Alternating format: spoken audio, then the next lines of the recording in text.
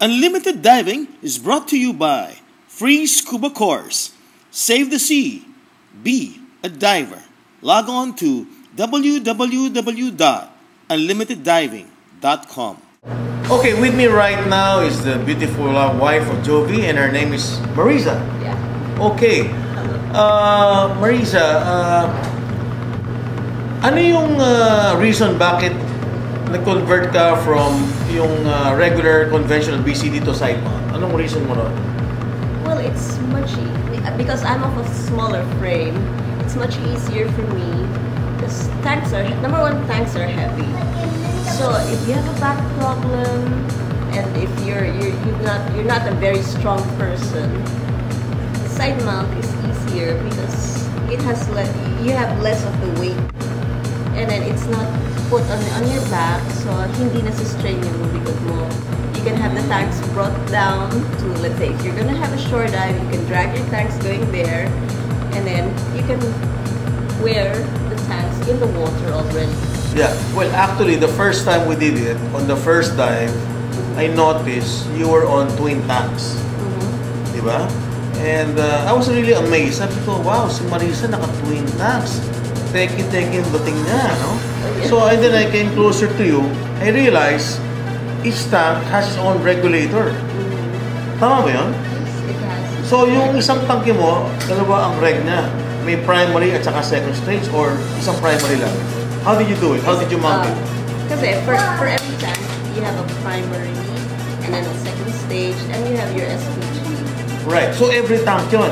Each tank has that set. Bakit, anyway, you have two anyway. Bakit hindi na lang isang primary na lang? Why do you want to have two? So, magiging total of 4 yun. Right? No, not really. Not Kasi really? if you're going to use twin tanks, one primary, one secondary. Okay, so that's 2. Per tank. Per tank. Yes, per tank. Okay. So, dalawa lang. So, balik. Dalawa if you have twin tanks. Yeah, okay. Well, anyway, because meron kang tinatawag na first stage, you can still mount a secondary, di ba? Another secondary. Parang octopus. In your case, isa na lang. Okay. Now, I noticed the advantage of having two tanks is you have more air. That's the bottom line. Because in diving, you're not supposed to show this sign out of air. Okay? It's like having a car. Naubusan ka ng gasolina. How can you reach to your destination? Yun ang bottom line. Okay. So, so you think that, you know what a manifold is? Yes. Okay. So what's the difference between a manifold and having two tanks without a manifold? What's the basic? Do you feel more comfort in it or what? Well, because in a manifold, the tanks are connected. Okay. And then it's mounted on your back. Alright. This is in that kind of setup, it is heavier. Because you bring it as a whole unit. Like, just when you bring it like that, it's really heavy. But this one, you just bring it individually. It's like bringing one tank only. And then, pwede mong isa-isahin. You can do it one at a time. But with a manifold, you have to bring two tanks at a time. Well, another thing also with the manifold is, you know how to open and close it. And besides, the manifold also, you have everything is behind you. So everything, you do not see what's behind you. The valves, you just... So with a side mount, you can see everything here. Naku, maraming magagalit sa atin pag napakinggan sa TV to. Oo, because they're gonna lose their business. Because, no, but you're actually right, ha? Mahirap yung manifold because kinakapa mo sa likod, eh. Right? Ito, nasa harapan mo, eh. So you can actually see whether you're opening it the right way or the wrong way. And it's easy to open the valves. Because nandito lang eh. It's right under your arm. It's easy to open the valves. That it's easy to see kung anong differential, what the problem is if you're having problems. You know, I've done so much video of you, with this twin tanks and single tank. bottom line is, where do you feel more comfortable, single or double?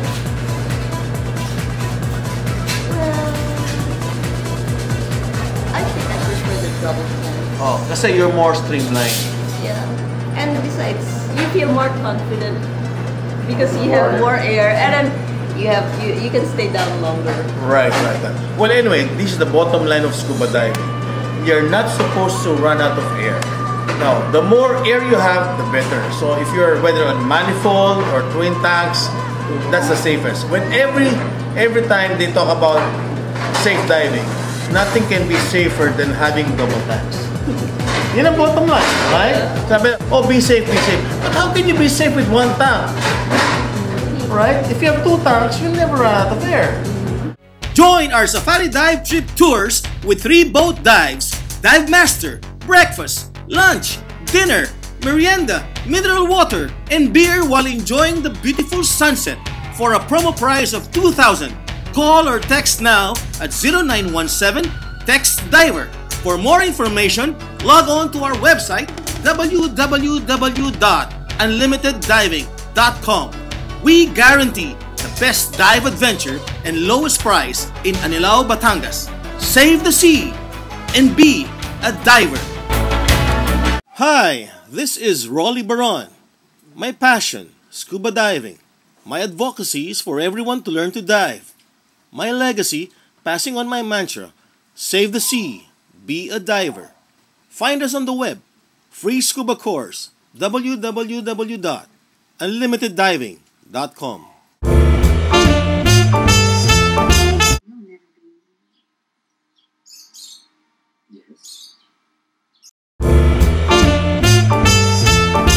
With me today is another Spaniard. I am. And you are the younger brother of Rafael. 8 years. 8 years difference? Yeah, younger. Oh, you look much younger. Really? Yeah. Nice. Yeah. Nice. I'm 24. Yeah, right. He claims to be much younger by face, but in truth, you look very young, huh? You look like you're only 12 years old. You think he's older?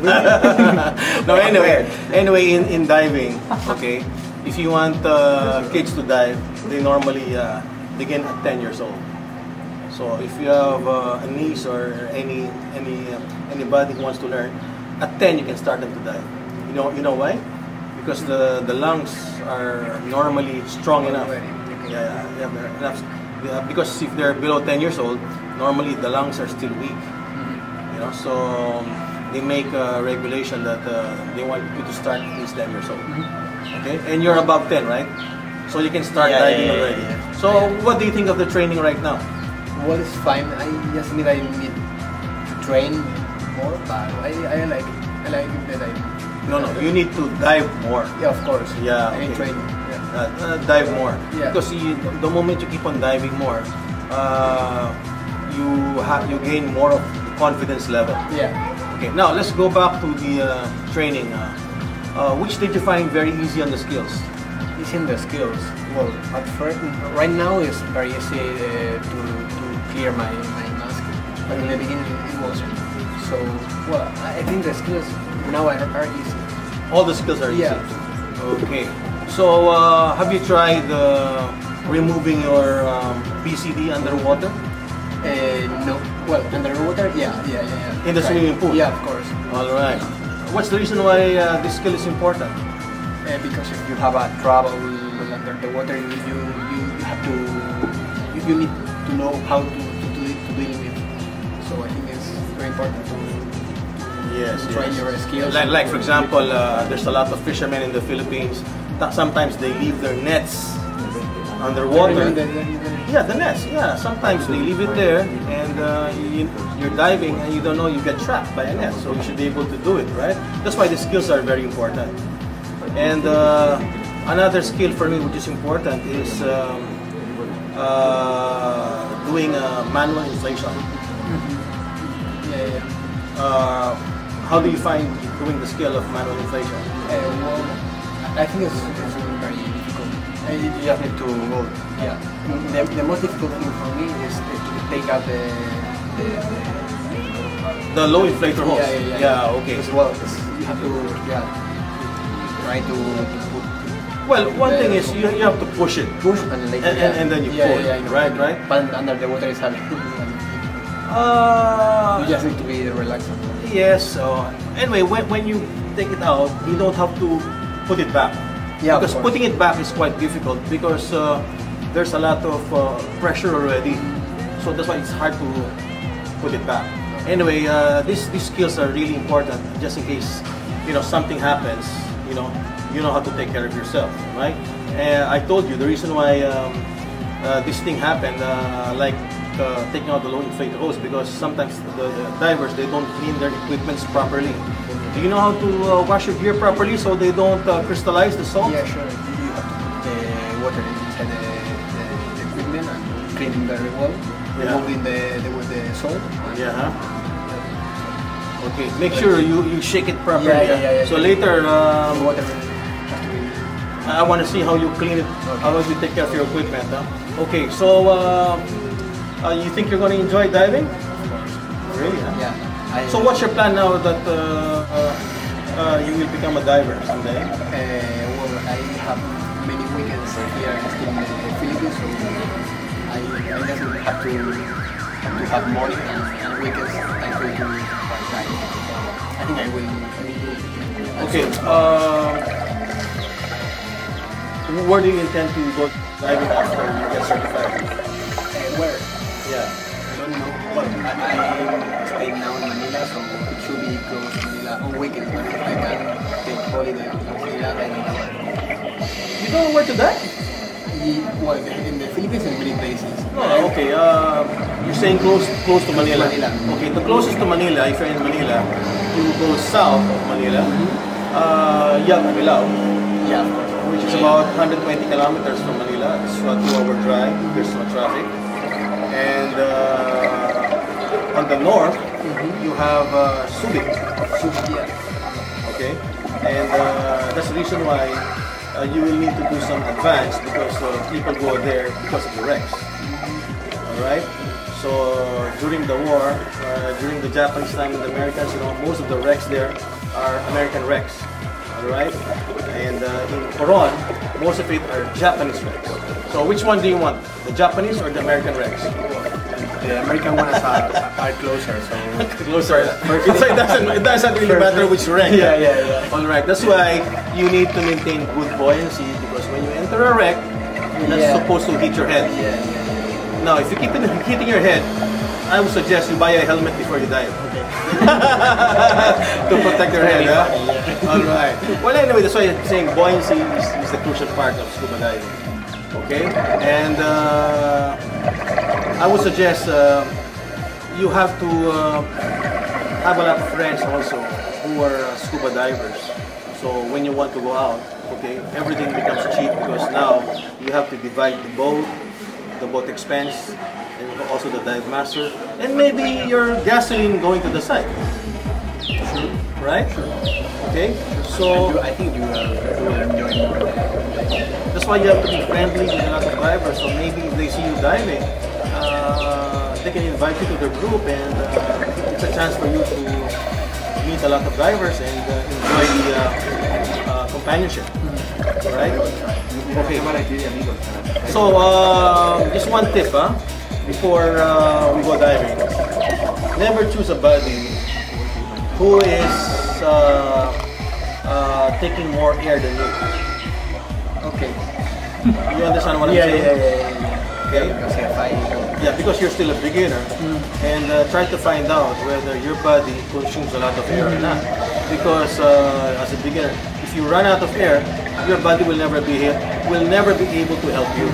Only because he consumes more air than you. So that's a tip. Okay. So that's the reason I will be a good buddy because I think my legs are not very deep. Ah, you're a good buddy. Yeah, I think I. Oh, okay. But today I heard you consume so much air Oh wait. with your diving. Right now.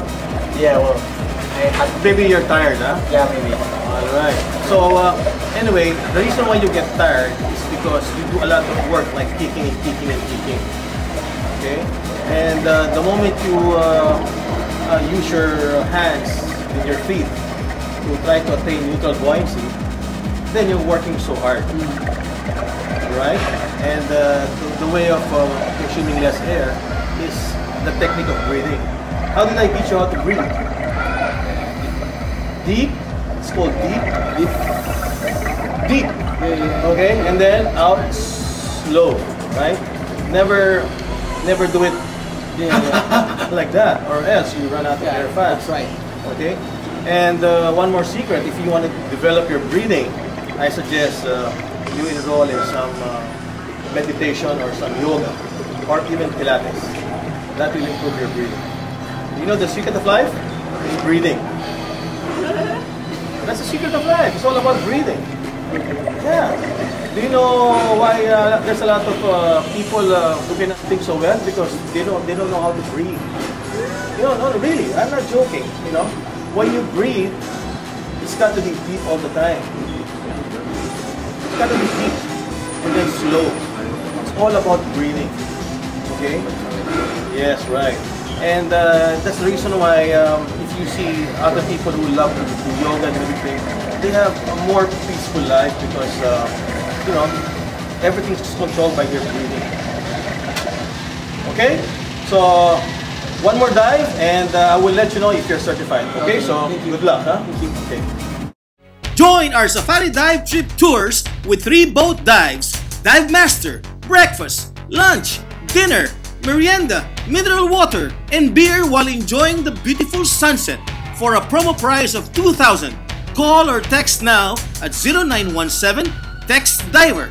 For more information, log on to our website www.unlimiteddiving.com. We guarantee the best dive adventure and lowest price in Anilao, Batangas. Save the sea and be a diver. Hi, this is Rolly Baron. My passion, scuba diving. My advocacy is for everyone to learn to dive. My legacy, passing on my mantra, save the sea, be a diver. Find us on the web, free scuba course, www.unlimiteddiving.com.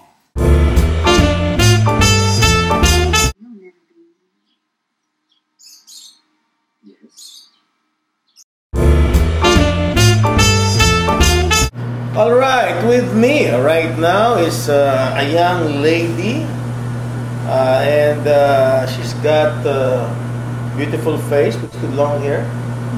How old are you, madam? I'm 25 years 25 years old.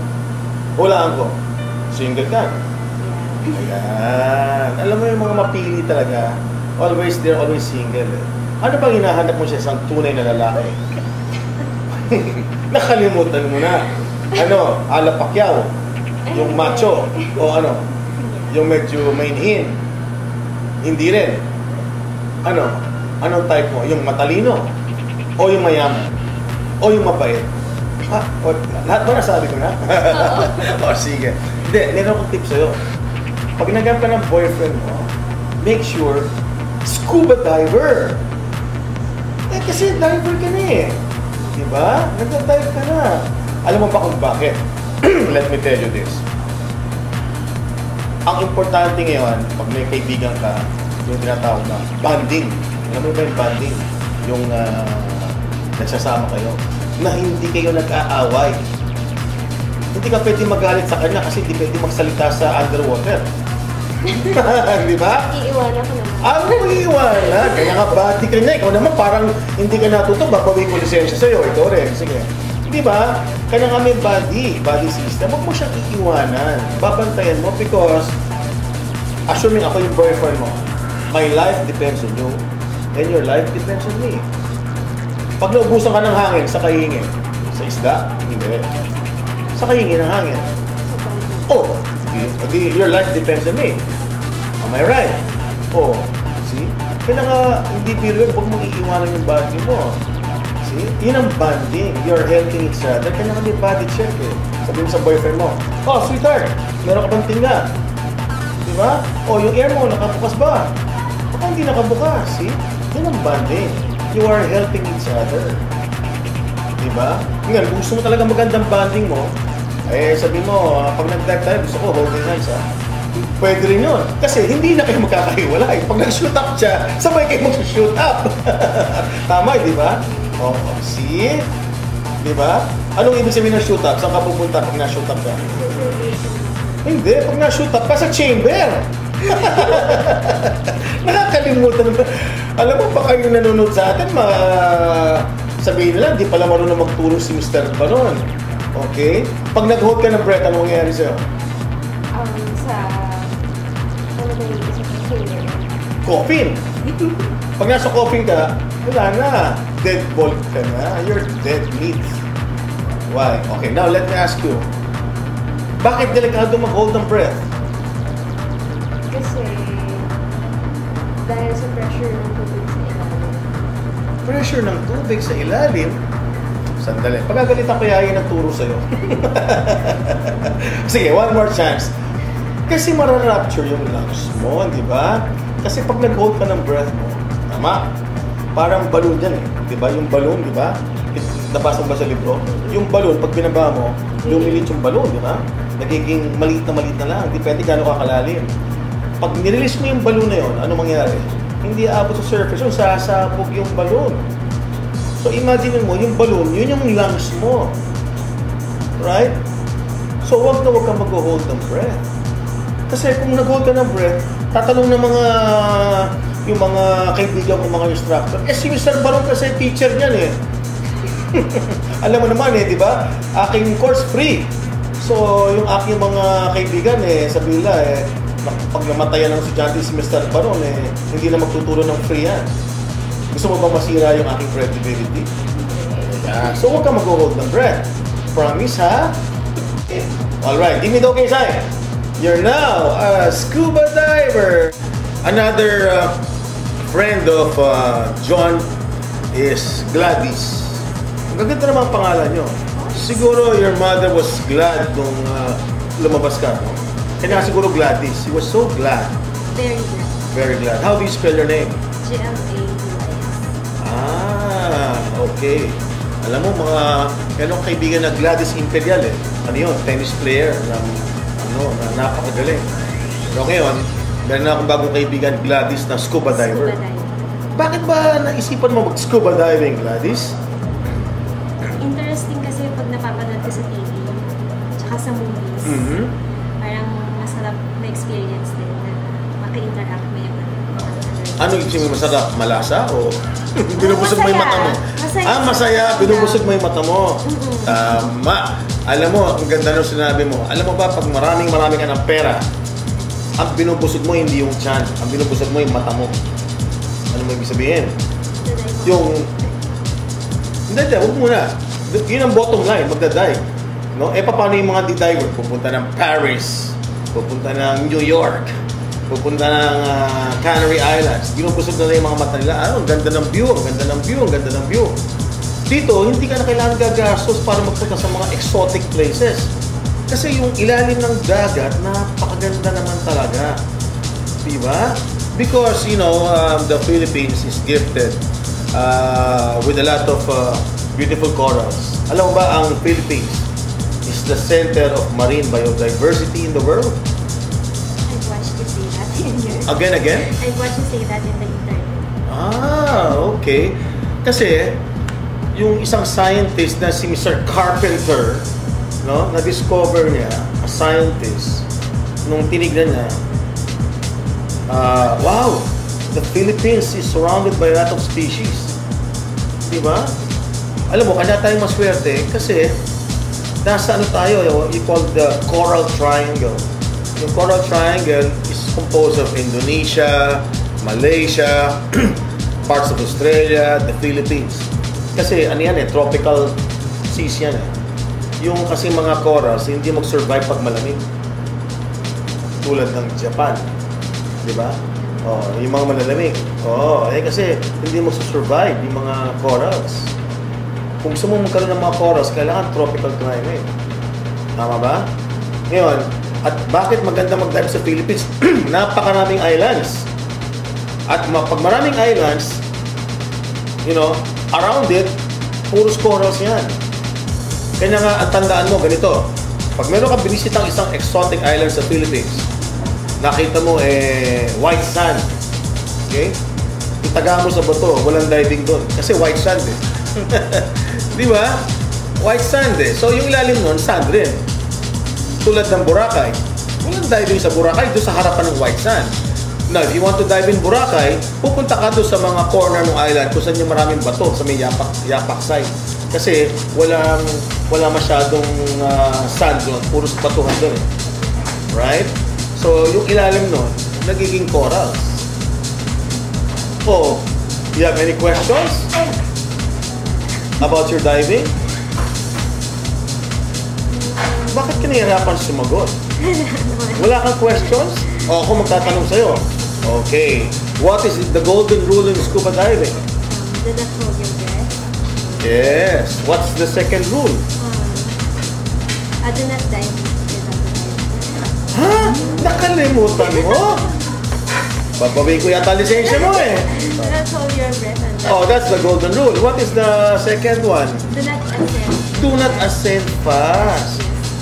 Diba? You have to ascend slow. Okay.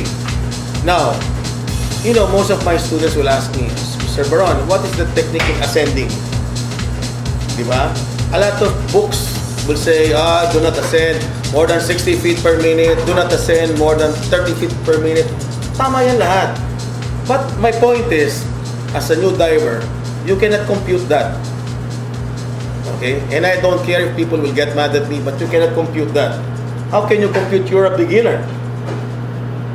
Diba? How can you compute 60 feet per minute or 30 feet per minute? So now, I'm going to tell you, every time you ascend, you deflate everything inside your BCD. Okay? Deflate everything. Walang laman yung BCD mo. And then you go up using your fins. Pagdating mo sa 5 meters, okay, you go neutral. Alam sabihin neutral? If you need to inflate, you inflate. If you need to deflate, you deflate. You go neutral. Because there are 3 kinds of buoyancy, right? Positive, negative, and neutral. Right? So you go neutral. So now you're neutrally buoyant. Mag-pass out ka at 3 minutes for 5 meters. 3 minutes, okay na yan. Safety stop.